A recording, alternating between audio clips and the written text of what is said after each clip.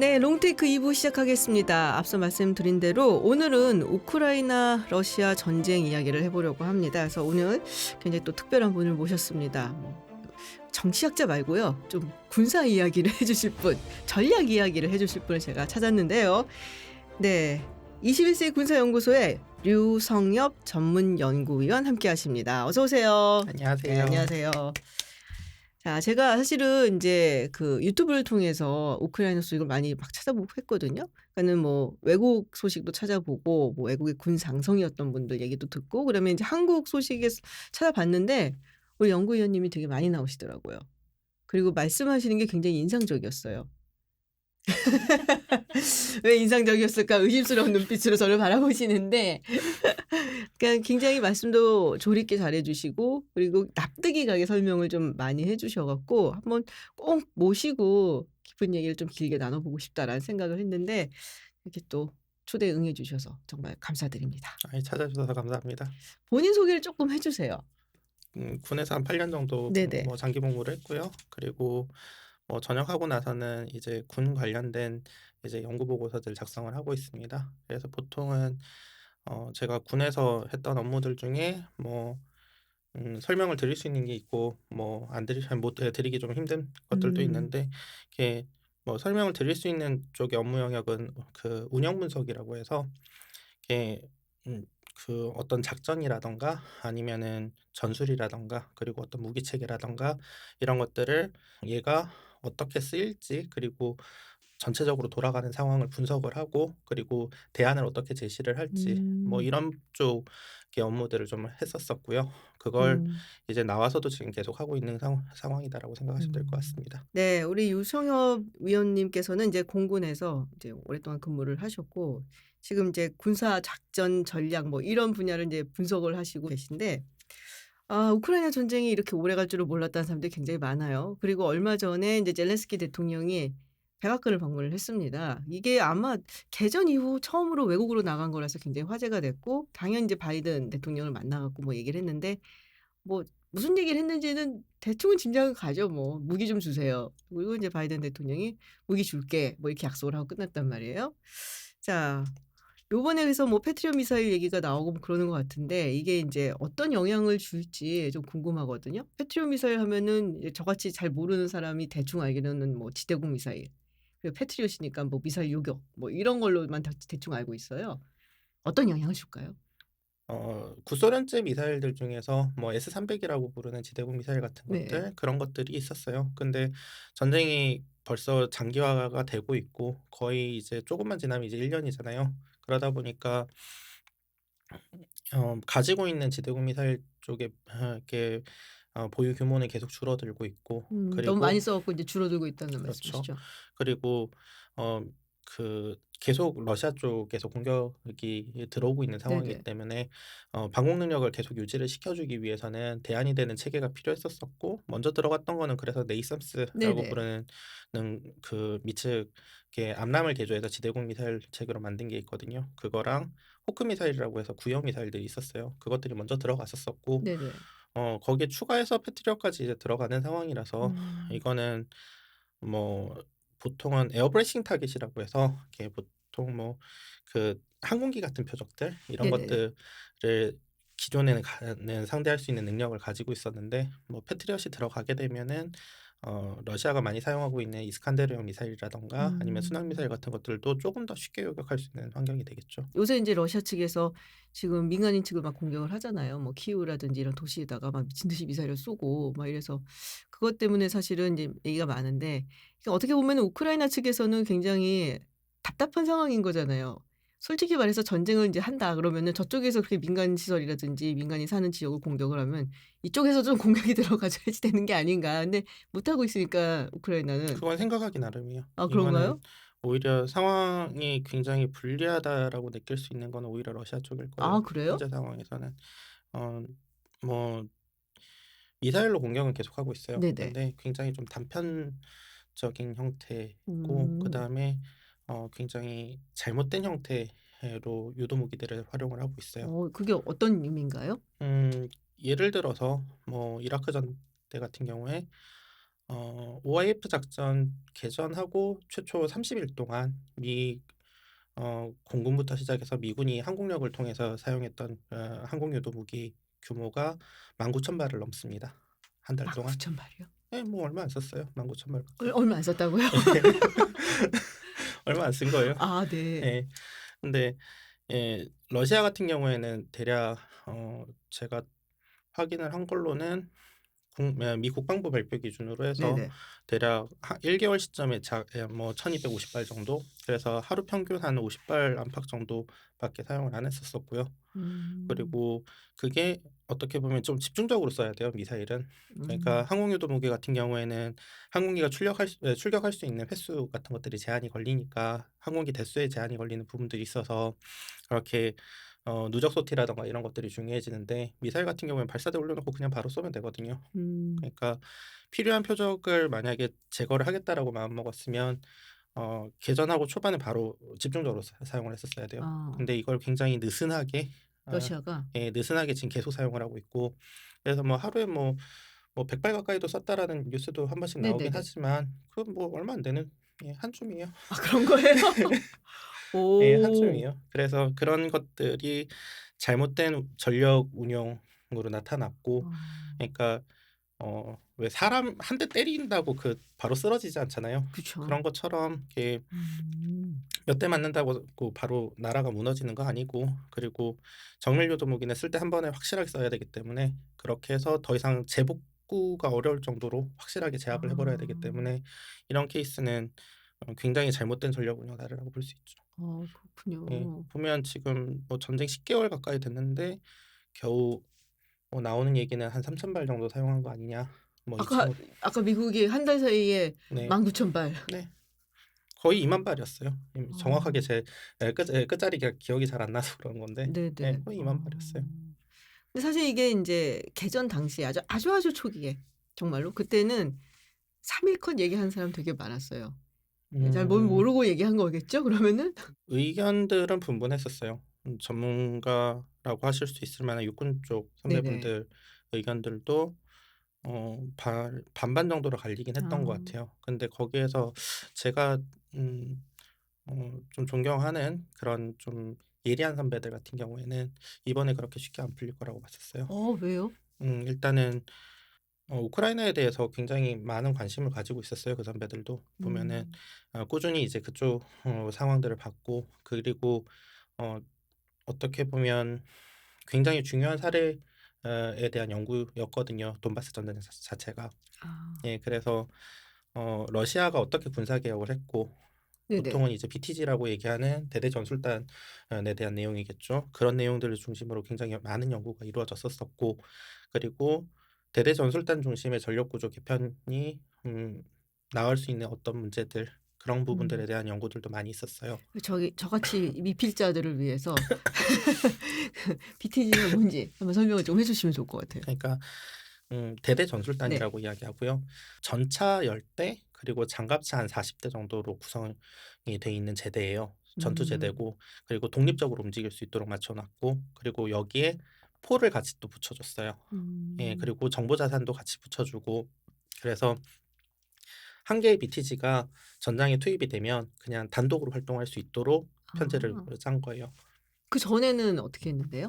보통은 이제 군단이나 군급 작전으로 짜게 되죠. 그러면은 보병대대는 보병대대 따로, 포병대는 포병대대 따로, 이런 식으로. 근데 그거를 조합을 해 갖고 하나로 이렇게 인제 BTG로 이렇게 BTG? 맞아요? 예예. 예. 예. 예. 그렇게 했다. 그러니까 예전에는 포병, 보병 뭐 이렇게 따로따로 했던 것을 조합을 한 거군요. 근데 아. 이제 미군 같은 경우에는 BCT라고 해서 음. 이거를 이제 대대 전술단 규모가 아니라 그보다 좀 더 큰 여단 전투팀 어. 형태로 그렇게 먼저 그렇게 개편을 네. 했었었고, 냉전이 끝나고 나서 어떻게 보면 군단이나 군급으로 이렇게 커다랗게 몸집으로 서로 싸울 상대가 없는 거예요. 그래서 줄여나가기 시작한 거거든요. 그래서 음. 그 냉전 시대에 나토와 네. 바르샤바 조약군이 네네. 서로 충돌하던 그 시절에는 군이나 군단급이 많이 요구가 됐는데, 냉전 시대니까. 냉전이 끝나고 난 다음에 이제 조무래기들 손목 비틀러 다니는 일만 하면 되잖아요. 예, 그러니까 이제 미군은 BCT라고 음. 부르는 그런 형태로 뭐 여단급으로 규모를 축소를 했고, 음. 그리고 뭐 서방 쪽에서는 대부분 그런 모델들을 따라서 많이 네네. 흘러갔었어요. 반면에 러시아 같은 경우에는 자기네들 현실을 생각을 했었을 때 미군처럼 그렇게 BCT도 부담스러운 거예요. 아 좀 그러니까 더 크니까. 예. 네. 그러니까 그렇게 편성하는 것도 부담스러우니까 그 대대 전술단이라고 부르는 그거보다 좀 작은 형태의 전력을 만들어 놓고 음. 얘들을 레고처럼 여기저기 갖다 뿌릴 수 있도록 예 뿌려서 아. 그 전장에서 필요한 규모를 달성해 줄 수 있도록 그렇게 짠 건데, 문제가 뭐냐면 냉전 시절의 군이나 군단급 작전 같은 경우에는 그 군과 군단급 제대 안에 군수 보급에 필요한 모든 제대들이 다 포함이 돼 있었어요. 근데 여단 전투단이나 아니면 대대 전술단으로 가면 이 규모들이 계속 줄 수밖에 없어요. 그렇죠. 그 자체가 예. 작으니까. 근데 미군 같은 경우에는 어차피 전쟁을 미 본토에서 날아가서 어딘가로 날아가서 네네. 전쟁을 해야 되니까 물자를 뭐 배에다 실어서 어디 대양에 띄워 놓든 아니면은 항공기에다 실어서 그냥 본토에서 날리든 어떻게든 해결할 방법이 음. 생기는데, 러시아는 할 수 있는 게 철도밖에 없는 거죠. 아. 예. 그러니까 철도에다가 이것들을 다 실어서 날리는 근처에다 거요? 던져 주면 네네. 그다음부터는 이제 각각의 BTG가 알아서 이제 전장에서 이동해야 되는 상황이 생기는 거예요. 아. 그게 결국에는 키이우 쪽에서 공세 진행하는 과정에서 많은 문제를 일으킨 거고요. 아 이거 되게 새로운 소식이네요. 그래서 일부는 인제 뭐 '러시아가 압도적으로 이길 거다.'라고 봤지만 그렇지 않다. 우크라이나에도 굉장히 좀 뭔가 '승산이 있다.'라고 본 사람들이 있었다는 말씀이잖아요. 예, 저도 그 선배들한테 설명을 들을 때는 네. 저도 반쯤은 확신이 오긴 했었어요. 그러니까 어. 어 그 대대 전술단에 대한 논문도 미군도 그렇고 아마 한국군도 그렇고 굉장히 많은 논문들이 나왔었었고, 해당 논문들을 봤었을 때도 아무래도 작전 시작하고 한 일 주일 넘어가면은 문제가 생길 것 같았거든요. 예. 음. 그리고 실제로도 작전 진행 과정들을 보게 되면 키우 쪽에서 공세가 중간에 중단이 된다든가 네네. 이런 부분들이 분명히 보였었었고, 그런 것들이 결과적으로는 키우를 성공적으로 방어하는 데 네 큰 몫을 했죠. 우리 위원님께서 보시는 요번에 러시아가 그러니까 초반에 말씀에 따르면은 딱 잡았어야 되는데 그게 인제 안 되면서 길어지면서 결국에는 "이렇게까지 왔다."라는 말씀이신데 그러면은 러시아가 택했던 어떤 전술적인 패착은 가장 중요한 건 어떤 게 있었을까요? 음 러시아하고 우크라이나 양쪽 모두 굉장히 좋은 자계를 가지고 시작했어요. 작게. 예. 그러니까 어떻게 보면은 저희는 그 분야를 작전술이라고들 네네. 표현을 하는데, 이게 개별 무기 체계나 아니면 개별 부대의 행동이 아니라 이 전체적인 부대의 행동을 어떤 식으로 운영을 하겠다라는 큰 그림이 있거든요. 그런 것들 측면에서 러시아도 그렇고, 그리고 러시아한테 한 5년 가까이 두들겨 맞았던 예 우크라이나도 우크라이나도. 그렇고, 양쪽 다 상대를 너무 잘 알고, 어. 예 그리고 그래서 '나는 이렇게 하면 돼.'라는 거에 대한 확신이 있는 작가들이 있었던 것 같아요, 양쪽 모두. 음. 근데 러시아 같은 경우에는 자기가 가지고 있는 능력에 비해서 굉장히 좀 화려하고 굉장히 변화무쌍한 형태의 음.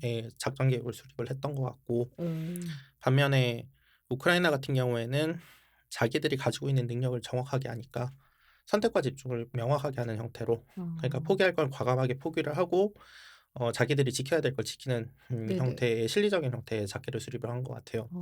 예를 들어서 개전하기 전부터도 좀 의심이 많이 되는 부분들은 있었어요. 왜 그러냐면 약 120 개의 BTG가 동원이 돼서 우크라이나 주변을 에워싸고 있다라고 하는데 음. 지나치게 넓은 범위로 흩어져 있는 상태였거든요. 원래 넓잖아요, 우크라이나가.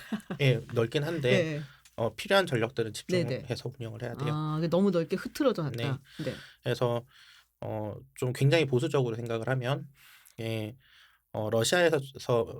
러시아 인접한 지역에 모든 전력을 모아 놓고 거기서부터 동쪽에서부터 서쪽으로 밀고 들어가는 게 정석이겠죠. 근데 막 저기 벨라루스 쪽에도 해 예예. 놓고 그랬죠. 근데 벨라루스하고 남쪽에도 다 흩어져 네네. 있는 상태였고, 그래서 개전을 하자마자 세 군데에서 네 군데 방향으로 주요 노력과 보조 노력이 형성이 돼요. 주요 노력 같은 경우에는 동쪽이었는지 아니면 키우 방면이었는지에 대해서 약간 의문들이 있어요. 그거 갖고 많이 싸운 거 잘 알아요.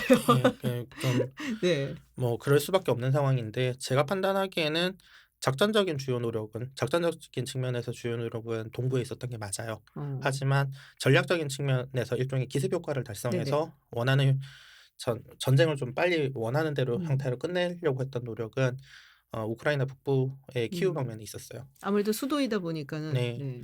근데 만약에 어 미국이 이야기했던 대로 개전하기 전에 우크라이나의 지도부가 망명을 해 음. 버린다든가 이렇게 돼 있는 상태였었다면 키이우를 점령한다고 하더라도 원하는 효과를 달성을 못했을 수도 있어요.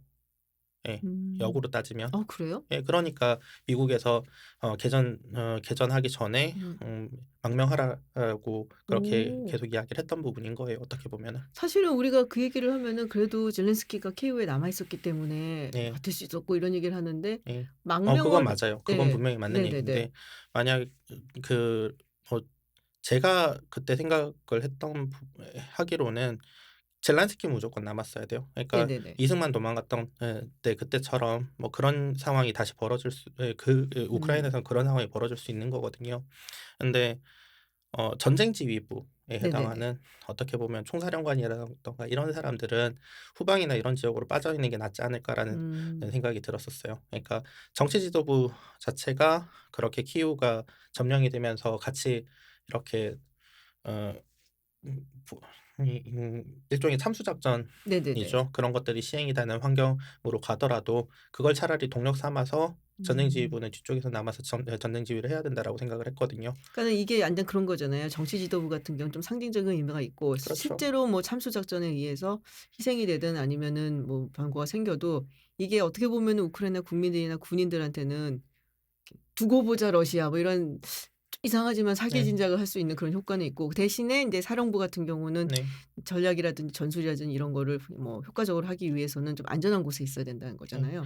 뭐 어찌 됐건 군사 지휘부 그리고 정치 지도부가 모두 리더십이 키이우에 남아 있는 음. 상태에서 어 음 정말 마지막 순간까지 항전을 했었었고 그게 결국에는 키이우를 방어하는 데 결정적인 역할을 했죠. 네. 예, 그러니까 그 판단에 있어서는 분명히 그때의 그러니까 젤렌스키 대통령을 포함해서 그리고 군 지휘부들까지 그쪽 판단이 정확하게 맞았던 음. 거예요. 그리고 어 그 최초의 약 한 20일 정도의 전투 기간 중에서 굉장히 격렬한 전투가 진행됐던 시기가 뭐 대략 개전하고 한 4 일에서 5일 그리고 일 주일 정도 기간 음. 하고 그리고 잠깐 러시아가 공세를 하게 되는 그러니까 BTG의 문제죠. 예, 보급에 문제가 생기니까 공세를 중단할 수밖에 없는 상황이 음. 생겼고 그리고 다시 공세를 재개를 했었을 때 그때 또 한 번 위기가 왔었어요. 서쪽으로 굉장히 깊게 치고 들어왔었었고 그게 만약에 조금만 더 아래쪽으로 치고 들어갔었으면 음. 어 동쪽에서 수미 쪽에서 들어오고 있었던 기동 전력들도 네네. 있었었거든요. 그쪽들이 동부까지 진입을 하는 게 거의 확실해지는 상황이었기 때문에 이게 전체적으로 키우가 말 그대로 이제 포위가 포위가 되는 되는. 그런 상황이 벌어질 수 있고 그렇게 되면 어 BTG가 어떻게 보면은 뭐 전차나 음. 장갑차로 이루어져 있으니까 뭐 제블린이나 엔로우 같은 이런 대전차 미사일들이 굉장히 효과가 네네. 좋았거든요. 근데 그것들이 전부 다 보급이 서쪽에서부터 오고 있었을 거 아니에요. 아. 음. 예. 그런 게 보급이 딱 끊기면 끊겨지면 결국엔 고립된 그쵸. 상태로 말라 죽을 수밖에 없었을 텐데 근데 그게 정말 아슬아슬한 순간에 끝까지 버텼어요. 음. 그게 버텨서 결국에는 4월 넘어가면서 러시아도 이제 포기하고 물러설 수밖에 없었던 상황이 되는 거거든요. 네. 근데 그럼 러시아는 그렇게 전선을 넓히는 그런 작전을 왜 썼던 거예요? 자신 있었나? 이라크에서의 미군을 본 거죠. 예. 아. 예. 120,000 발.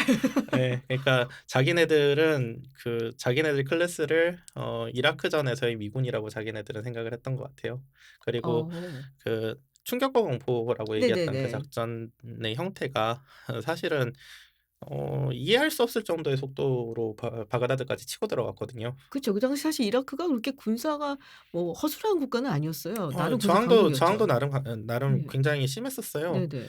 지나고 보니까 '아 이렇게 나름 저항을 하긴 했었었구나.'라고는 예. 어.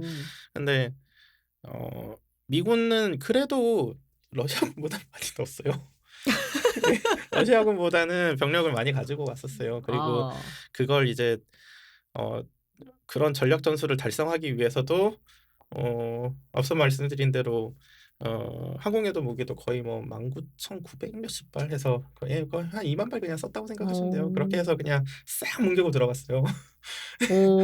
그래서 예. 자기들도 그렇게 할 수 있을 거라고 러시아가 생각을 했던 거예요? 러시아는 이제 그걸 이제 화력과 기동에 대해서 네네. 이제 뭐 정밀 유도 무기가 중요하냐, 기동이 중요하냐, 뭐 이런 것들에 대해서 이견들이 있는데 저는 압도적으로 정밀 유도 무기가 중요하다라고 얘기를 음. 하거든요. 근데 이게 기동 러시아도 그렇고 독일도 그렇고 그 옛날부터도 기동에 대해서 굉장히 중요성을 높게 생각하고 그 음. 작전술에서 그리는 그 예쁜 그림들을 엄청나게 좋아하는 그런 나라들이요. 전차 예, 해서 사랑하시는 분들. 예, 그런 소위 말해서 전차를 사랑하시는 분들 네. 이렇게 해서 예쁘게 그려 놓고 이렇게 해서 이렇게 치고 들어간 다음에 뭐 "망치와 무르로 이렇게 뭉개면은 될 거다."라고 하시는 분들 많은데 근데 그 옛날 얘기고요. 네. 예, 옛날 얘기고 이제 이제 그렇게 밀려 들어오는 거를 정밀 유도 무기인 제블린으로 막은 거잖아요. 음. 그렇군요. 예, 말 그대로 열심히 기동하시는 분들을 화력으로 그냥 녹여 버린 건데 예쁘게 가는데 이렇게 정밀 예. 유도무기로. 그리고 정말 작전술 측면에서는 정말 예뻤어요. 러시아가 기동하던 그 모습들이 제가 보기엔 그랬어요. 예.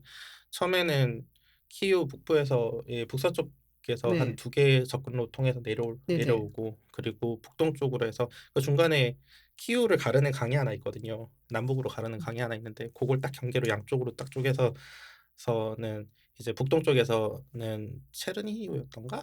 그쪽으로 해서 이제 한 개 접근로로 요렇게 내려오고 그리고 반대편에서 두 개 접근로로 요렇게 뚫고 음. 내려오는데 그 뚫고 내려오면서도 중간중간에 변화를 줘서 음. 기동할 수 있는 공간들이 생기면은 무조건 기동하고 들어갔거든요, 러시아도. 음. 근데 그게 일단 막히고 그게 막힐 것 같으니까 이 친구들도 굉장히 급했는지 동부 수미에서부터 시작해서 그 갖고 있던 기동 전력을 이 키우 동부 쪽으로 확 밀어넣는 거예요. 아. 예. 근데 그거 딱 보면서 '아 저렇게 하시면 좀 힘들 텐데.'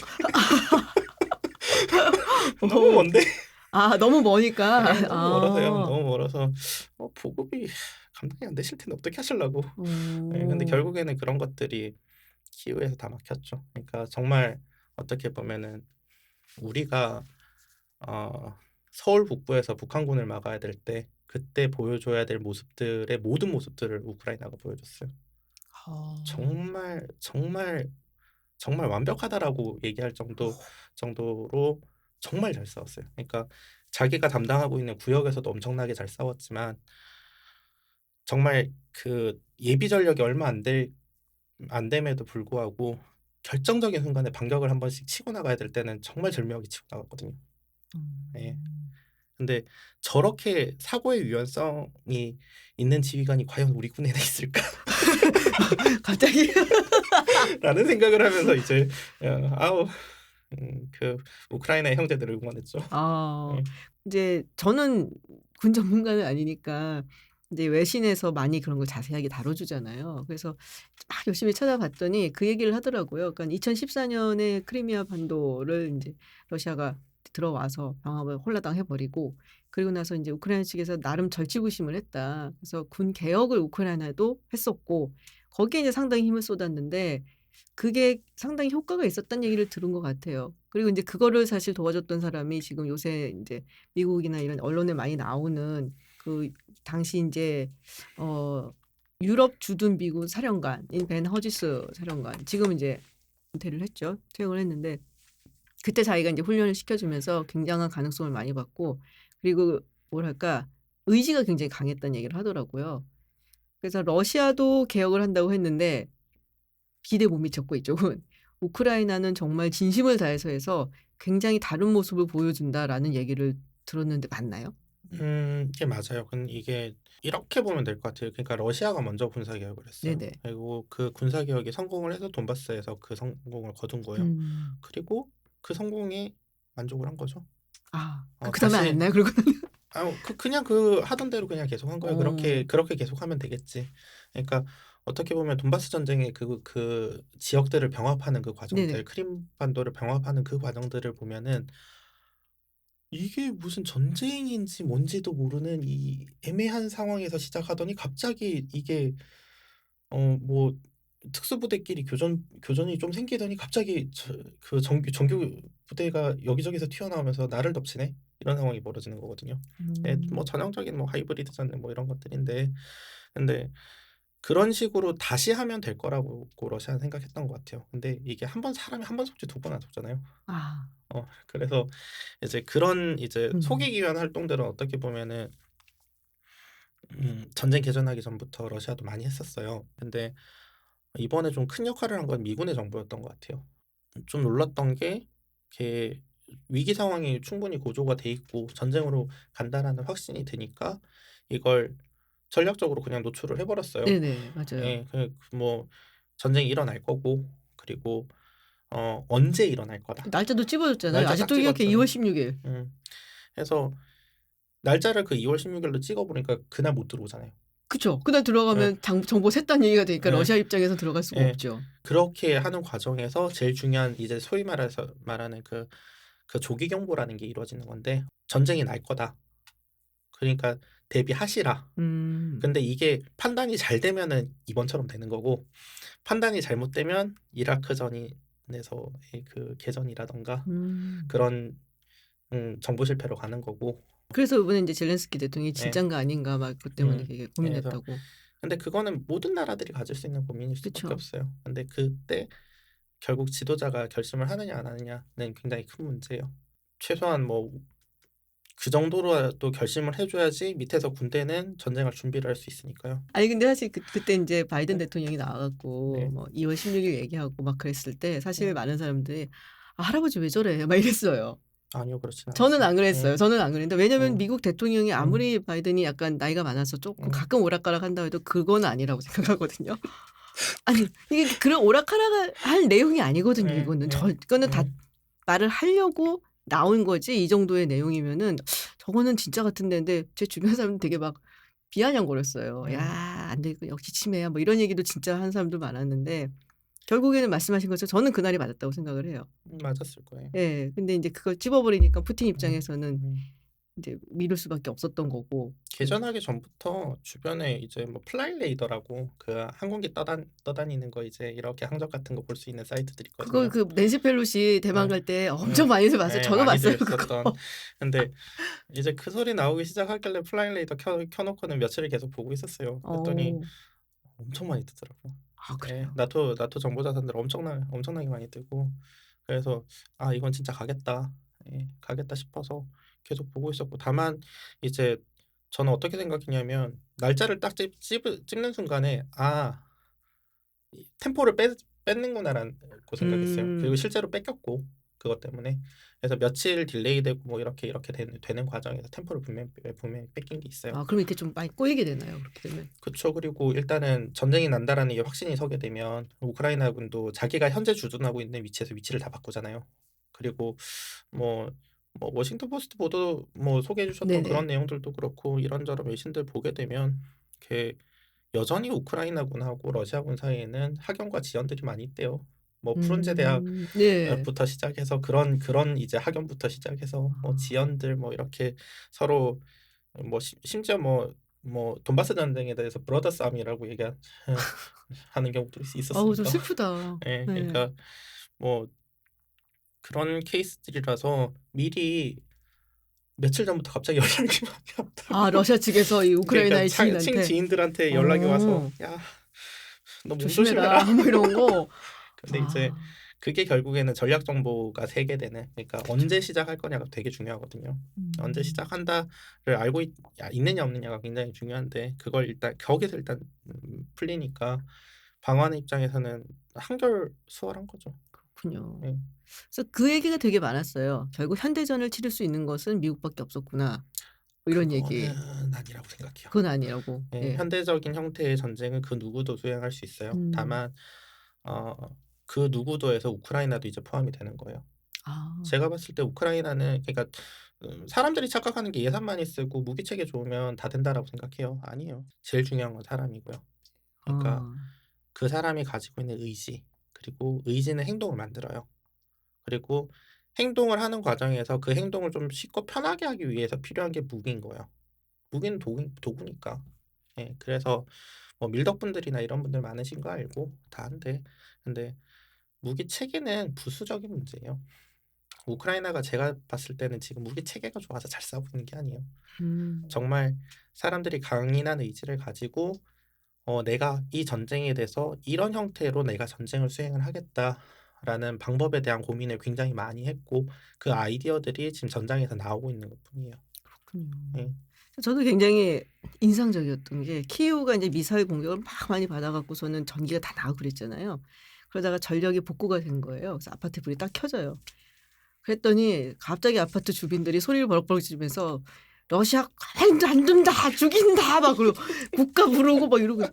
'야 씨 저 사람들은 저 상황에서 저렇게 나올 수가 있구나.' 해서 '전사의 민족인가? 슬라브 진짜 전사의 슬라브 민족이 이쪽인가?' 막 이런 생각이 잠깐 들었어요. 중요한 건 그게 그런 형태의 음. 공감대가 국민들 사이에서 잘 형성이 되는 거, 그건 굉장히 중요한 거죠. 네. 근데 뭐 어떻게 보면은 뭐 서방 국가들, 그리고 우리도 그렇고 소위 말하는 선진국이라고 하는 나라들을 보면 요즘 그런 형태의 의지들이 좀 많이 떨어진 없어졌죠? 많이 예.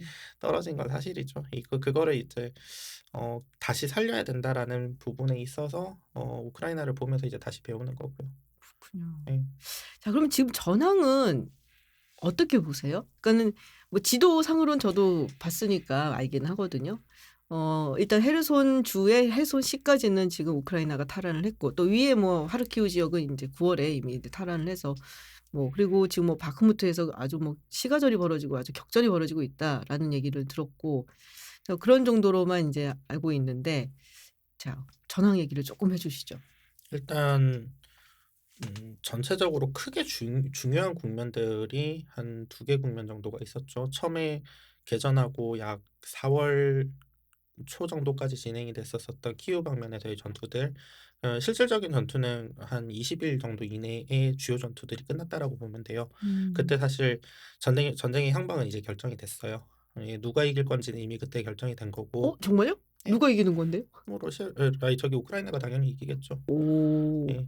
근데 그때 과정에서 보여줬던 게 생각보다 시간이 지날수록 러시아군의 손실 누적이 지나치게 음. 빠른 속도로 올라가고 있다는 거. 이게 뭐 저희는 운영 분석이나 이런 거 할 때 치명성하고 생존성 양쪽을 놓고 보통 많이 분석을 하는데, 어 부대가 됐든 무기 체계가 됐든 생존성이 일정 수준 이하로 딱 떨어지게 되면은 이거는 어 전쟁 지속 능력에 문제가 생겨요. 아 예. 너무 많이 빨리 인제 예예. 사망하니까. 내가 100 이라는 전력을 가지고 네네. 전쟁을 시작했다라고 했을 때, 내가 매일매일 1%가 까인다 그러면은 100일 지나면 그 전력 다 까이는 거거든요. 그쵸. 예, 근데 이게 만약에 0. 몇 퍼센트로 줄일 수 있다, 0.00 몇 퍼센트로 줄일 수 있다, 이렇게 되면은 나는 계속해서 내 100에 가까운 능력에서 계속 싸울 수 있는 상 네네. 환경이 되는 거고, 그게 어느 정도 시점이 지나게 되면은 전력이 이제 상대는 80이 남았는데 나는 30이 남았다 이래 버리면은 압도적으로 음. 밀리기 시작하는 거고. 예, 그런 상황이 벌어지기 때문에 해서 전력 보존이 굉장히 중요해요. 음. 그래서 초기에 지나치게 많은 역량을 키우에다 쏟았어요. 아. 그러니까 적당히 치다가 '아 이거 뚫을 수는 있겠는데 좀 힘들겠다.' 싶으면 뺐었어야 돼요 그때. 음. 빼고 동부로 돌렸어야 됐어요. 그때만 해도 분명히 작전적인 주요 노력 측면에서는 분명히 동부 쪽의 전력의 규모 측면에서는 동부 쪽의 규모가 분명히 있었거든요. 그러면은 그때 좀 더 빨리 돌렸었다라고 하면은 동부에서 러시아가 치고 들어오는 속도가 더 빨랐을 거예요. 그러면 음. 동부하고 남부가 이어지는 속도라든가 그 범위가 확 달라질 수 있었기 때문에, 소위 말하는 '우크라이나 절반을 먹고 전쟁을 끝낼 거다.'라고 아. 얘기하던 그 시나리오가 실제로 나왔을 수 있어요. 예. 그리고 그렇게 될 가능성이 있다라고 걱정했던 육군 선배들도 되게 많았고, 그리고 저도 만약에 그렇게 빨리 어 그 노력의 방향이 바뀌게 되면 음. 가능성이 있다라고 저도 봤었고요. 근데 결과적으로 그 판단이 늦었어요. 너무 늦게 뺐어요. 너무 키우에 오래 붙잡아 놨다. 예. 일 주일 정도 지났을 때 보급 문제로 뭐 굉장히 이 행렬이 늘어서 있는 이런 위성 그 같은 것들 64 인터넷에. 예? 64 킬로미터 예. 그 돈 예. 64km 예. 돈 그런 자랑고. 것들, 딱 그런 상황을 딱 눈으로 봤으면 바로 뺐었어야 돼요. 아. 예. 더 이상 이제 여기서 이거를 회복하려면은 정말 들어간 거 이상을 부어야 되는 상황이 벌어질 테니까 이제 뺐었어야 됐대. 만약에 그때만 뺐었어도 러시아는 기회가 있었어요. 음. 예. 근데 그걸 결국에는 못 했고 러시아가 괜히 고집 부리다가 그리고 그럼에도 불구하고 키이우에서 졌다라는 걸 인정하고 물러났다는 것도 굉장히 훌륭한 결정이었다고 생각해요. 좀 뭐 늦었지만. 좀 늦었지만 일단은 뭐 정말 '바보 짓은 안 했구나. 저 정도면 음. 해도 뭐 그래 인정한다.'라고 하는데 문제는 동부에서 또 똑같이 밀고 계속 밀기만 한 거예요. 예 음. 해서 보면은 대략 어 5 월달, 6 월달, 7 월달, 8 월달만 해도 주요 전력 음. 손실 규모가 월 평균 손실 규모 대비해서 그렇게 높은 편은 아니었어요. 예. 그러니까 어떻게 보면은 요때 5 월부터 시작해서 한 8월 사이에는 러시아의 공세가 생각보다 효율적으로 맞아요. 진행이 되고 예. 있었다라는 얘기이기도 하거든요. 그건 뭘 좀 바꿨기 때문에 그런 예. 건가요? 근데 그 과정에서 어떻게 보면 우크라이나군도 키우 벽면에서 작전하느라고 많은 손실이 음. 발생을 했을 거 아니에요. 그걸 다시 리커버리하고 다시 증명해서 보충병 채우고 네네. 다시 훈련시키고 아. 이런 것 과정들 그 시간들이 필요했으니까 네네. 우크라이나는 오히려 지금 그때는 좀 숨을 죽이면서 버텼다라고 보시는 게 나아요. 아. 그러다가 8월 들어서 갑자기 헤르손 쪽 방향으로 툭툭 칠 것처럼 맞아요, 이렇게 맞아요. 이렇게 툭툭 맞아요, 맞아요. 치니까 예예. 그래서 제가 이렇게 러시아하고 우크라이나 양쪽 모두 작전술 측면에서는 정말 예쁜 작전술들을 많이 보여줬다라고 말씀을 드리는 거예요. 어. 그러니까 그때는 우크라이나가 남쪽을 살살 치니까 '아 얘네들 이쪽에서 시작하나 보다.' 그러고 그리고 그때쯤 돼서는 이제 동부에서 러시아군이 진군하는 속도가 많이 줄었거든요. 예 음. 그래서 러시아도 공세를 하게 되면 사람은 결국 피곤해져요. 이게 어느 정도 한계에 달할 수밖에 없고 그 타이밍에 밑에서 칠 것 같으니까 관심이 이쪽으로 싹 돌았는데 그러고 한 보름 있다가 바로 쳐버린 바로 거예요 위에 동부에서. 예 하르키우에서. 하르키우에서부터 시작해서 그쪽에서 훅 치고 들어가 버린 거예요. 근데 그때 정말, 정말 박수 쳤어요. 진짜 예 어. 정말 박수 치면서 '이건 정말 예술이라고.' 예 아. 아마 전차전의 형태라든가 이런 소위 말하는 기동전의 형태에서 우리가 이제 다시 못 볼 수도 있다고 이런 거는. 예. 예. 역시 이 군사 이 전문가 전략 전문가는 다르신 게 예. "예쁘다." 막 막 그런 거 말씀하시니까 오 이게 밀떡이구나. 네 지금 아니요. 눈앞에서 지금 보고 있는 그런 상황이거든요. 근데 사실은 예. 굉장히 저도 흥미롭게 거기를 지켜봤었어요, 그 당시에. 그게 인제 9 월 8월 음. 말에 젤렌스키 대통령이 헤르손 얘기를 했었고 예.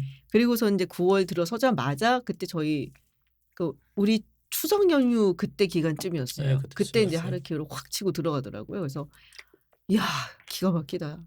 뭐 정말, 예. 정말 성공적인 공세였고 사실 어떻게 보면 반쯤 도박에 가까울 수도 음. 있어요. 이게 우크라이나도 외부의 시선은 지금 서방이 엄청나게 지원을 받고 있는 것처럼 그림을 그리지만 제가 봤을 때 서방에서 지금 제대로 안 돕고 있어요. 아 그래요? 예. 그러니까 오히려 필요한 것들을 제때 안 주고 그냥 시간을 통제를 해 가면서 지금 주고 있다라고 저는 봐요.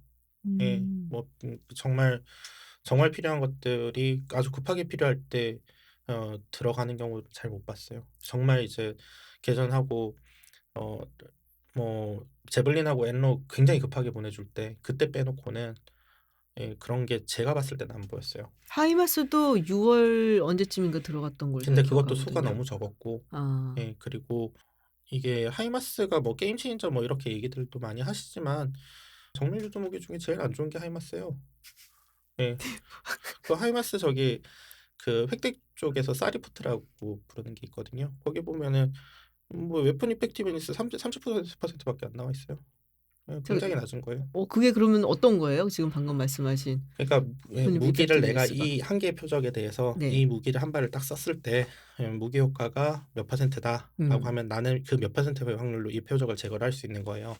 근데 너무 음 떨어지는데 30% 면? 예 근데 무유도 무기보단 나으니까. 무유도 음. 무기 같은 경우에는 뭐 10% 밑으로 떨어지는 거 네네. 예사들도 아. 아니고 근데 그러니까 뭐 그걸 생각하면 30%는 굉장히 높은 걸 수 있는데 적어도 한 70% 이상 정도에 되는 효과적인 무기 체계들이 들어가야 사실 음. 이게 유도 무기로 굉장히 효과적으로 쓰일 수 있다. 뭐 이런 측면들이 있을 수 있죠. 어떤 게 있나요 그런 거는?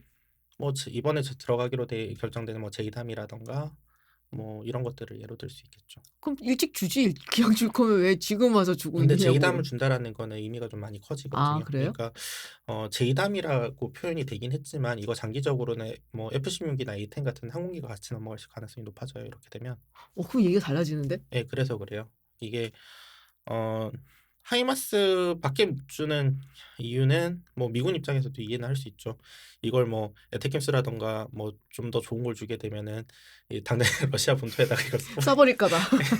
가능성이 그쵸. 예. 있으니까 뭐 그렇게 한 건데 충분히 그건 이해는 하는데 근데 전투기가 들어가면 상황이 많이 달라지겠죠. 근데 지금 러시아하고 우크라이나전에서 처음으로 등장한 상 환경이 어떤 거냐면 뮤추얼 에어 디펜스 뮤추얼 에어 디펜스. 라고 얘기하는 그러니까 상호 항공 거부에 해당하는 음. 이런 현상들이 지금 막 나오고 있어요. 그리고 이게 원래는 항공력에서는 이게 서로 어느 한쪽의 우세가 굉장히 빨리 결정이 되기 때문에 에어 디나이얼이라는 게 있을 수 없다라고 봤거든요.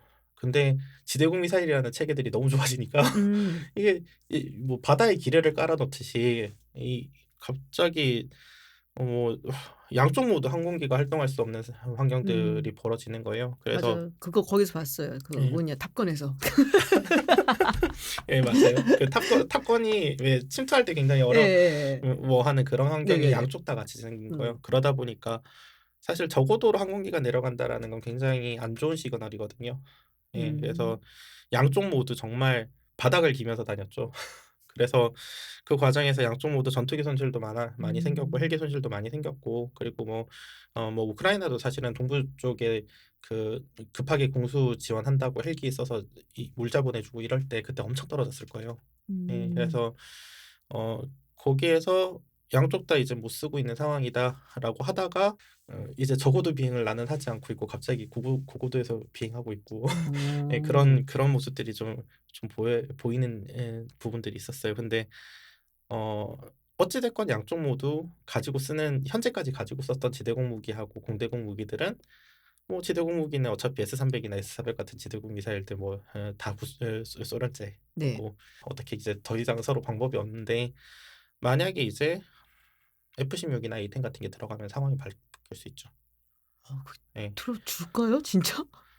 근데 이번에 이제 조종사 훈련이 포함이 돼 있으니까 패키지에. 예. 그러니까 물론 제2담 운영을 위한 조종사 훈련으로 패키지를 묶어 놓고 있긴 하겠지만 일단 그게 들어가면은 얘기가 달라지죠. 그리고 그게 만약에 들어간다 그러면은 동부 지역은 뭐 러시아가 워낙에 S-300 지금 재고도 엄청나게 많고 그리고 뭐 S-400이나 이런 뭐 신형지 대공 미사일 체계도 많이 있기 때문에 동부 지역 작전에서 이걸 쓰기는 좀 많이 힘들 수는 있을 거예요. 근데 음 만약에 F-16이 들어갔다.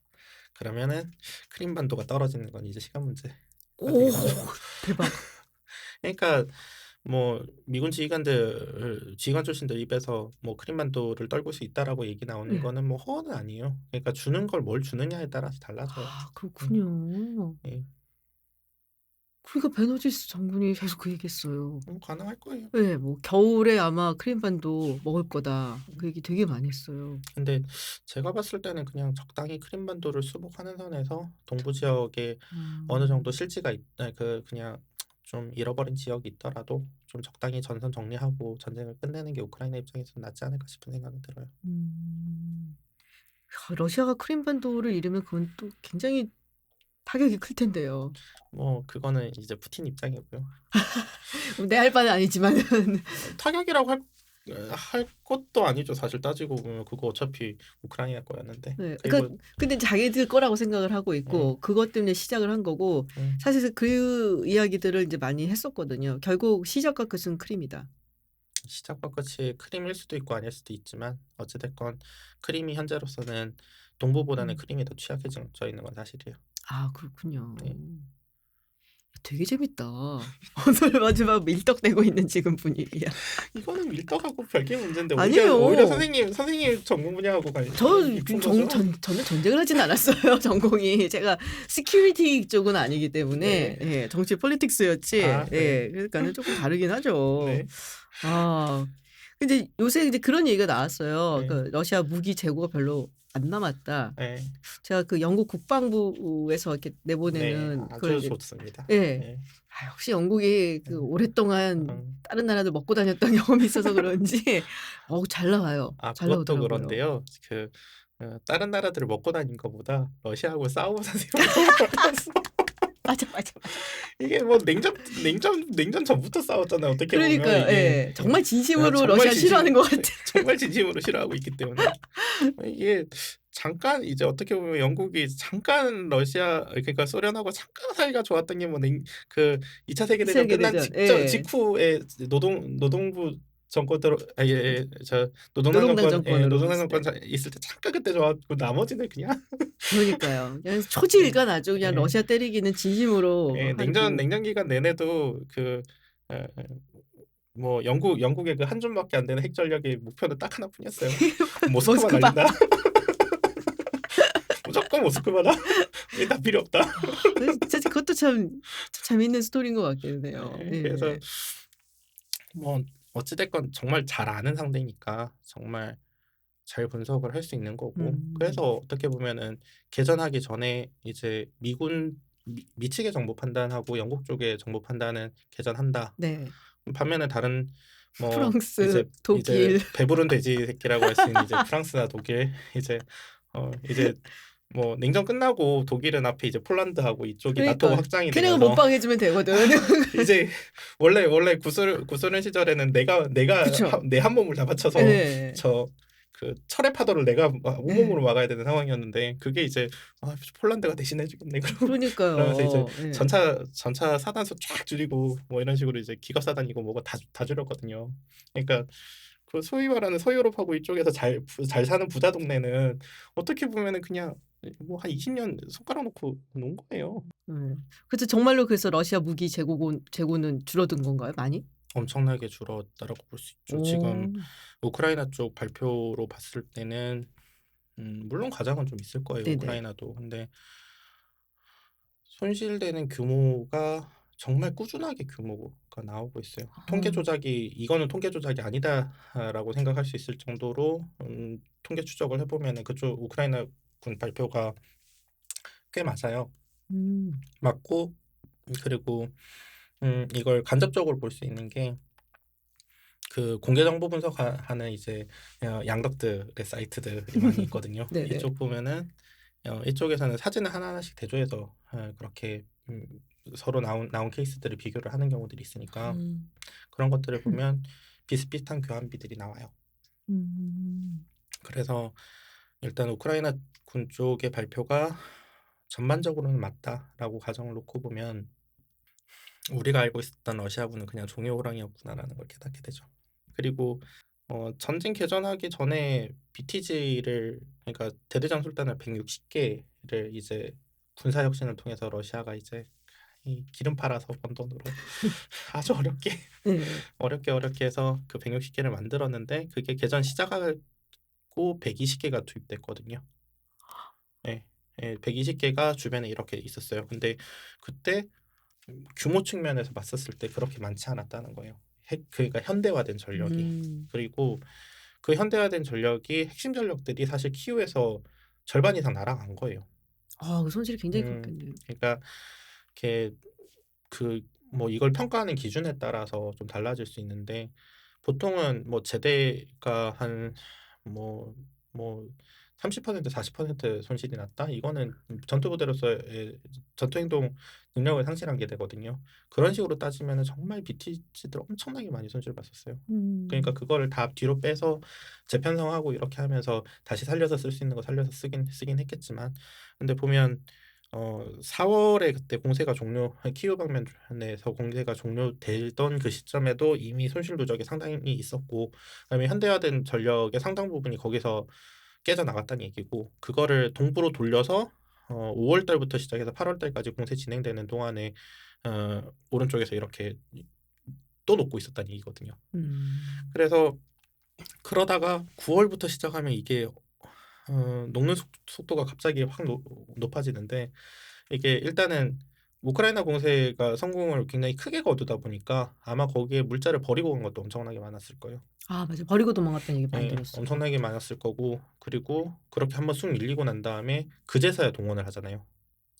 동원 늦었어요. 아.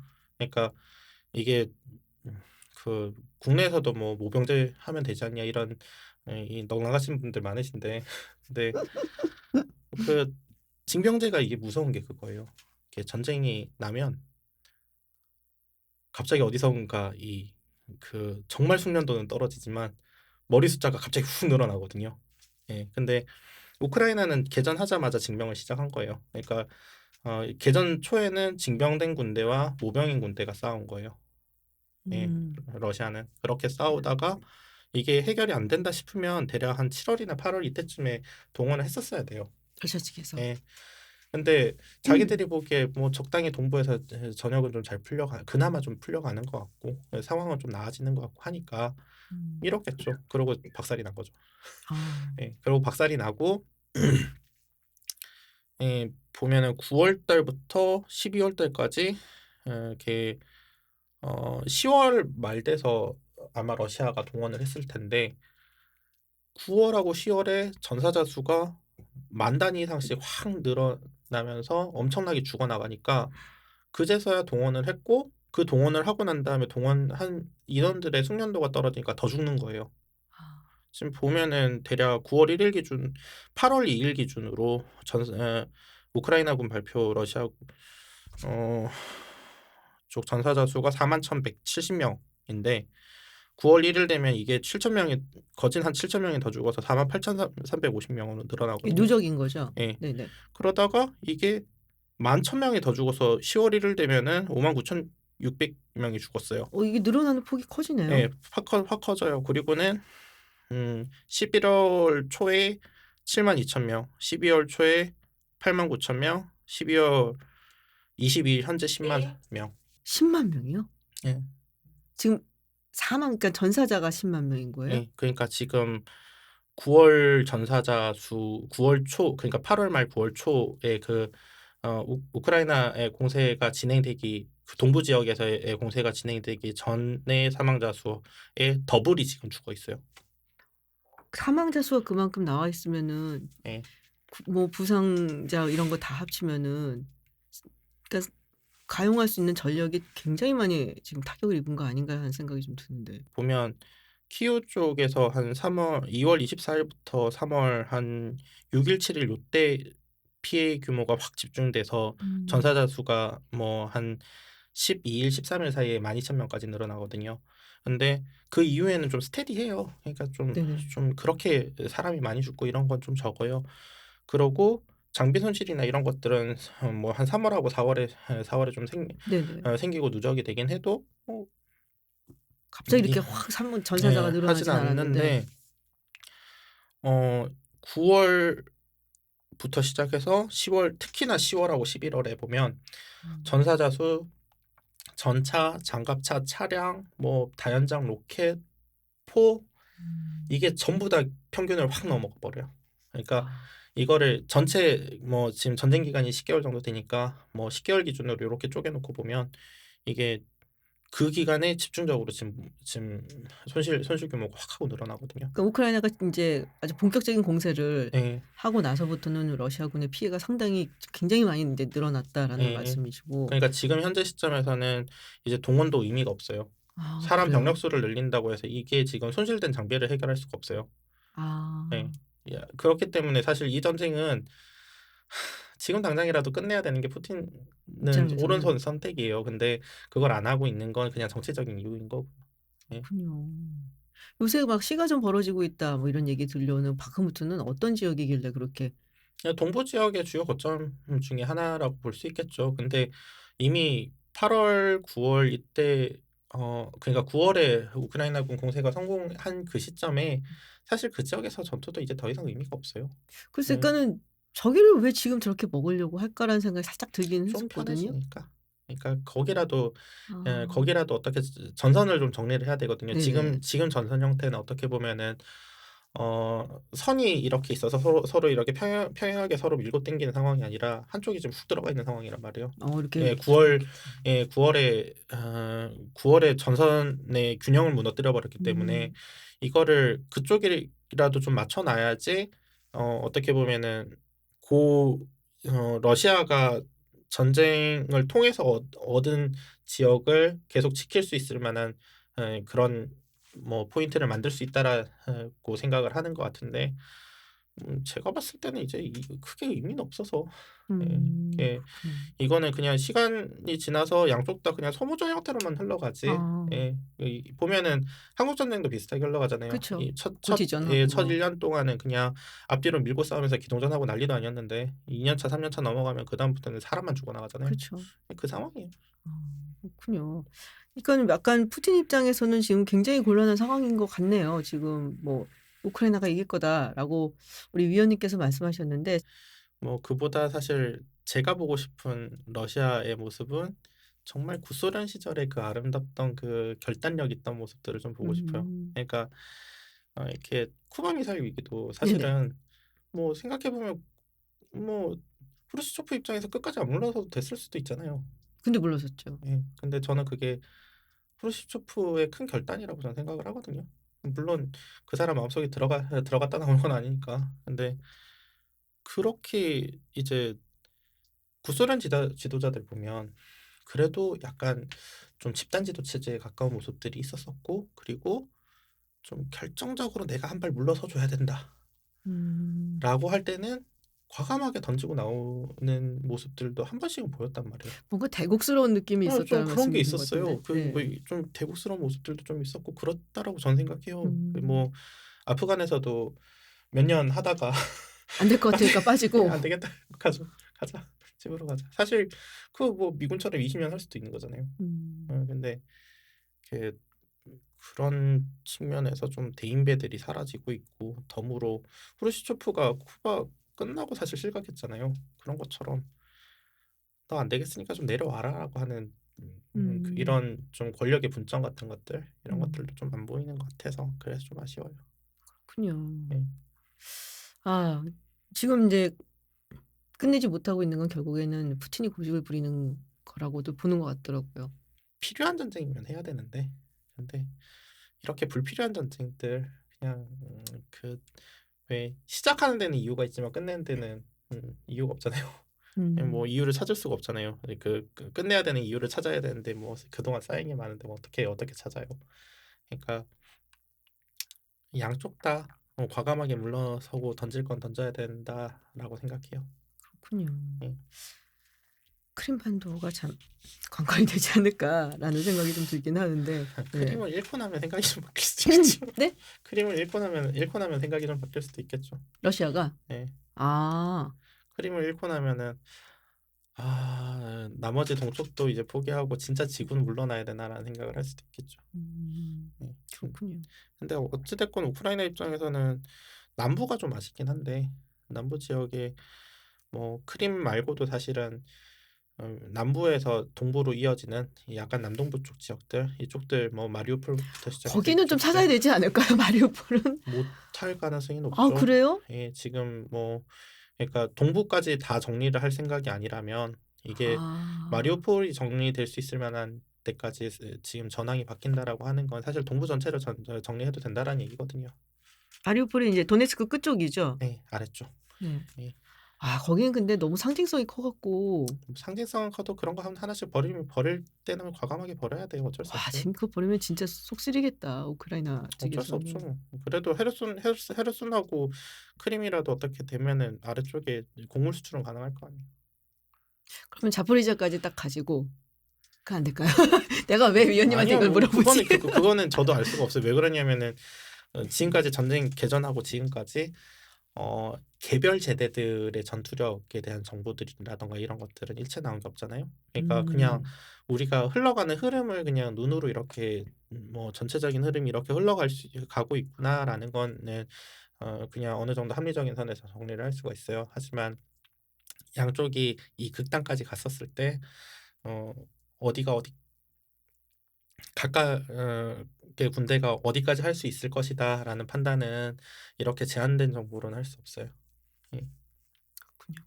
근데 사실 인제 요번 전쟁을 이렇게 쭉 보면서 그런 얘기들을 많이 했어요. '아 미국이 무서운 나라는 맞구나.' 특히 그럼요. 정보 아우 자산이라든지 훌륭해요. 뭐 핵 뭐 이런 거 얘기 많이 네. 나오고 어느 정도인 거예요? 다 본 좋죠. 뭐 나쁜 게 있나요? 물론 예. 좋은 건 아는데 예. 다른 나라가 따라잡을 수 있는 수준일까요? 따라잡을 수 있는 게 있나요? 아 그래요? 아무것도 없어요? 따라잡을 수 있는 게? 뭐 양과 질과 네. 뭐 모든 측면에서 봤었을 때 제일 좋죠. 예. 뭐 어. 정보 자산은 뭐 말할 것도 없고 예 정 그러니까 뭐 상대가 어떻게 행동할지 아니까 거기에 딱 필요한 만큼만 딱딱딱 던져 주는데 야 저거 가지고 되냐 싶은데 다 되잖아요. 미군들이 이제 미래를 위해서 전환에 들어간 게 한 10년 정도 지났어요 이제. 그리고 앞으로 한 10년 정도 지나면 그 전환의 성과가 이제 눈으로 딱 보일 거예요. 어떻게 변하고 있는데요? 그러니까 9.11 테러가 어떻게 보면 굉장히 큰 아 타격이었잖아요. 네네. 그 미군이 10 년을 버린 거라고 보면 되거든요. 어떻게 보면 그 9.11 테러가 있고 아프간 전쟁, 이랍 이라크전 전쟁 하면서 네. 말 그대로 조무래기들 손목 비틀러 다니는 일에 집중하시느라 음. 정작 필요한 정규전 수행 능력이 많이 떨어졌어요. 그러니까 아. 비정규전 수행 능력은 아주 훌륭했죠. 근데 냉전 시대에 투자해 놓은 자산을 비정규전 작전 환경에서 사용하는 용도로 전환해서 그냥 쓰다 보니까 굉장히 오래된 뭐 B-52 같은 폭격기들도 뭐 50 년, 100년 뭐 이렇게 비행시킬 것처럼 얘기하면서 계속 쓰고 있는 상황이란 말이에요. 근데 이게 상황이 바뀌었다라는 거를 이제 오바마 행정부 들어서 그때서야 이제 눈치를 챈 거예요. 이게 뭐 러시아는 기름을 팔기 시작하면서 갑자기 상황이 좋아지고 있고 그리고 군사 혁신에도 성공을 거두는 것 같고 그리고 러시아의 무기 체계가 어 미국의 무기 체계는 한번 개발하면 한 10 년, 20년 걸리거든요. 근데 어 갓 F-22를 한번 개발하는 동안에 어 구소련의 지대공 미사일 체계는 세대가 한 3 번, 4 번이 바뀌었어요. 그러니까 음. 그만큼 기술 혁신의 속도가 달라졌다라고 보는 거예요. 네. 하지만 냉전 시절에 콘옵 그러니까 작전 운영 개념을 기준으로 만들었기 때문에 현재 음. 상황에서 또 안 맞죠.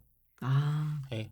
그런 문제들이 있는데 이렇게 특히나 이제 중국이 엄청나게 경제 성장을 하면서 유럽부터 시작해서 이스라엘 이런 데서 전부 다 군사 기술 들여와 가지고 엄청나게 빠른 속도로 혁신이 이루어지고 있는 게 지금 눈에 음. 보이거든요. 그러다 보니까 오바마 행정부 들어서야 두 나라가 A2AD 전략이라는 걸 사용을 하고 있고 이 A2AD 전략이라는 것의 핵심은 항공력을 기반으로 전력을 구성하고 있는 미군이 미 본토나 하와이에서 출발을 해서 중국 본토까지 들어올 수 없도록 밖으로 밀어내야 된다. 음. 라고 라는 전략을 수립했구나라는 거를 인지를 한 거예요. 그럼 어떻게 해요? 뭐 말 그대로 이런 거예요. 북한에서 최근에 보면 단거리 네네. 지대지 미사일이나 뭐 네네. 중거리나 이렇게 탄도미사일도 엄청 많이 네네. 쏘잖아요. 중국은 그거보다 더 빨리 많이 했었어요. 그리고 러시아도 준중거리 그러니까 중거리 미사일 협정 폐기의 가장 네네. 큰 영향이 사실은 이스칸데르 미사일 때문이었거든요. 근데 그런 것들을 통해서 지대지 미사일 그러니까 지대지 탄도 미사일, 지대지 순항 미사일들을 사용을 해서 미군이 사용할 수 있는 모든 비행장을 타격하겠다. 미군이 사용할 수 있는 아. 모든 항공모함을 타격하겠다라고 생각을 하는 거예요. 아. 그러면 항공기라는 거는 결국에는 연료를 가지고 뜨는 물건이기 때문에 기름 떨어지면 다시 돌아갈 기지가 그죠. 없잖아요. 그러니까 이걸 가까이에 있는 기지들을 많이 부셔 버리면 뜰 수 있는 항공력을 운영할 수 있는 환경이 보장이 안 되니까 세력이 밀려나갈 수밖에 없는 거예요, 음. 미군 입장에서는. 그리고 만약에 미군이 이 공격하고 있는 미사일 체계를 공격하려 들어오려고 한다라고 하면 지대공 미사일이라든가 그 제2식 같은 이런 5 세대 스텔스 항공기들이 이것들을 요격해서 막겠다라고 생각을 하는 거예요.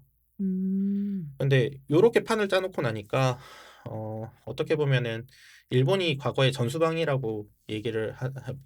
전략이라고 얘기하는 거에 역방향의 전략을 중국이 쓰고 있는 거나 마찬가지인 상황이거든요. 일종의 '나는 여기만 지키면 되니까 나가.' 이렇게만 하면은 전략을 수립하기도 편하고 뭐 음 사 사 이걸 상대하는 입장에서는 사실 굉장히 많이 힘들어져요. 근데 음. 이거에 대한 대응책을 지난 10년 동안 고민을 해 왔고, 그리고 그게 다 비밀 사업이라든가 이런 걸로 예산이 다 들어가 있어요 지금. 예. 그래서 현재 이미 개발이 다 되고 있고, 그리고 그게 최근에 뭐 B21부터 시작해서 이제 음. 하나씩 나오기 시작한 것뿐이에요. 어. 예. 그래서 앞으로 미군은 어떤 식으로 전쟁을 할 거냐. 가령 최신형의 전투기나 폭격기 같은 게 먼저 들어가요. 네. 들어가면 음 들어가서 표적의 위치 같은 것들을 쭉 한번 확인을 해 주잖아요. 그러면 "표적 여기 있어. 좌표 여기야." 그러고 뒤로 던져 주고 얘는 그냥 계속 들어가요. 어. 내 주표적을 때릴 때까지 계속 들어가요. 그리고 요 표적을 잡잖아요. 네. 그러면 미 육군이 가지게 될 PRSM이라고 부르는 그 애태킴스 후속 미사일 네. 같은 것들이 있거든요. 이런 것들이 뭐 단거리 지대지부터 중거리 지대지 미사일들이 뒤에서 왕창 날아와요. 다 아. 때려 부셔요. 아. 그렇게 바뀔 거예요. 그리고 그 작전 행동 반경 자체도 이제 뭐 사단급 작전이니 뭐 군단급 작전이니 이런 것들이 뭐 몇십 킬로미터, 뭐 길어봐야 뭐 100 킬로미터 좀 넘고 뭐 이런 작전들을 어 과거에는 뭐 미국군이나 이런 식으로 고민을 했는데 "다 바꿀 거야 우리."라고 하고는 우리가 전략적으로 화력을 투사해야 되는 건 500 킬로, 600 킬로 이상 투사해야 돼. 500 킬로. 육군인데 육군인데 "우린 그런 능력을 갖출 거야." 그러고 있고요. 그다음에 해군은 어 미 해군 같은 경우에는 함정은 결국 취약할 수밖에 없거든요. 지대지 음. 미사일이나 뭐 이런 것들에, 뭐 지대함 미사일 같은 것들에. 그러니까 그러면 우리 유령함대 만들지 뭐. 잠수함 많이 만들 거고, 그다음에 앞에 무인 전투함 왕창 만들어서 집어넣어 버릴 거야. 무인 전투함이요? 예. 왕창 집어넣어 버릴 거야. 그러니까 때릴 테면 때려 봐. 더 만들어서 더 넣어 줄게. 그렇게 바뀌는 거고, 그리고 그래서 항공모함도 어떻게 보면 사이즈에 대한 고민들이 많아요. 음. 지금처럼 계속 대형의 항공모함을 유지를 해야 되느냐, 아니면은 일부 전력을 중소형화시키느냐, 아니면은 항공모함을 버리느냐. 버리느냐? 예, 그건 거기까지도. 왠지 슬픈데요 조금. 아니 근데 그런 걸 이제 과감하게 큰 그림을 놓고 먼저 검토를 할 수 있는 게 오. 미군의 장점이에요. 그러니까 내가 가지고, 그러니까 한국 사람들은 절대 이해 못하는 방식인데요. 이걸 완전 제로 베이스에 놓고 포스 스트럭처를 완전히 새로 짜는, 디자인을 새로 디자인하는 거에 대해서 정말 해야 되는 상황이면 "야 버리고 하자." 이게 용인이 돼요. 예. 대단하다. 그리고 미공군은 정말 정말 완벽해질 거예요. 완벽해진다는 표현을 하셨어요 지금. 예. 그렇게 바뀔 거예요. 그렇게 바뀌기 때문에 우리도 이제 거기에 발맞춰서 계속 바꿔야죠. 어. 지금 미 공군은 완벽해질 거라고 말씀을 하셨고 얼마 전에 그 아까도 잠깐 네. 말씀하셨지만 B-21 또 되게 화제가 됐었단 예. 말이에요. 근데 규모가 쪼끔 좀 작은 것 같아요. 그러니까 좀 그래서 무서운 네. 거예요. 그런 거예요? 네. 처음에 B2 설계를 잘못했어요. 어. 그러니까 B2가 설계되던 시점이, 이게 미공군이 폭격기 전략에 대해서 고민이 되게 많았거든요, 냉전 시절에. 늘 개발을 해 놓고 보면은 소련한테 늘 한 발씩 밀려 있어요. 그러니까 음. 소련의 방공 체계를 뚫고 방어 체계를 뚫고 들어가야 되는데 내가 생각했던 것보다 얘가 생존율이 계속 안 넣는 거예요. 그래서 음. 사업이 계속 죽었어요. 그래서 B1A도 사실 사업이 죽었다가 레이건 때 그냥 정치적인 이유로 그냥 네네. 돈 줘서 그냥 살려준 거거든요. 음. 근데 어 B1A를 죽일 때 카터 행정부가 엄청나게 큰 결심을 했었어요. 그러니까 그 사업을 죽이면 자기 재선에 문제가 있다라는 걸 알고 있었거든요. 근데도 스텔스 기술이라는 신기술이 나왔고, 이 기술을 쓰게 되면 어 판을 바꿀 수 있다라는 판단이 드니까 자기 정치적인 손해를 각오를 하고 B1A 사업을 죽여버리고 B2를 음. 밀어준 거예요. 근데 그때 당시에 설계팀이 두 팀이 있었어요. 로키드하고 노스롭이 양쪽 네. 팀으로 갈렸는데 스텔스 설계 기술에서는 로키드가 탑이었어요 그때는. 지금은 바뀌었죠. 지금은 서로 정말 비등비등한데 음. 그때는 로키드가 탑이었는데, 그래서 당시 전략공군 쪽에서 음 의견들이 여기저기 나왔을 거 아니에요. 어떤 사람은 크게 만들어야 된다. 어떤 사람은 작게 만들어야 된다. 여기서 로키드는 작은 데 베팅을 한 거고 어. 노스롭은 큰 데 베팅을 한 거예요. 근데 거기서 갈렸어요. 예. 거기서 이게 어 좀 작게 만들다 보니까 그때는 기술력이 좀 떨어져서 꼬리 날개를 좀 작게 달아줄 수밖에 없었는데, 그게 학력이라고 해서 이게 드래그라고 해서 그 공기 저항이 생겨서 네네네. 침투할 수 있는 거리가 조금 줄어든 거예요. 거리하고 이런 것들이. 아. 그러니까 거리가 줄어든다는 건 내가 달 수 있는 무장의 양도 줄어든다라는 그런 의미로도 해석할 수 있기 때문에 이런 거는 양쪽이 트레이드 오프라서 큰 거를 100대씩 만들면 우리가 한 번에 가서 소련을 한 번에 그냥 다 핵으로 밀어버릴 수가 있는데 이런 작은 것들 필요 없어라고 하면서 이제 전략공군이 큰 걸 선택을 했거든요. 아 그 노스그로만이 예. 그래서 노스로그로맨이 갔고 기체 커지고 그리고 관료적인 접근이 이루어지고 음. 사업은 수년되기 시작하고 한도 끝도 없이 가격은 올라가고 그러는데 중간에 냉전이 끝나 버렸네. 어라. 냉전만 안 예. 끝났으면 얘는 원래 계획대로 100대 양산했었으면 대당 몇 천억짜리 예. 이런 폭격기는 안 나왔겠죠.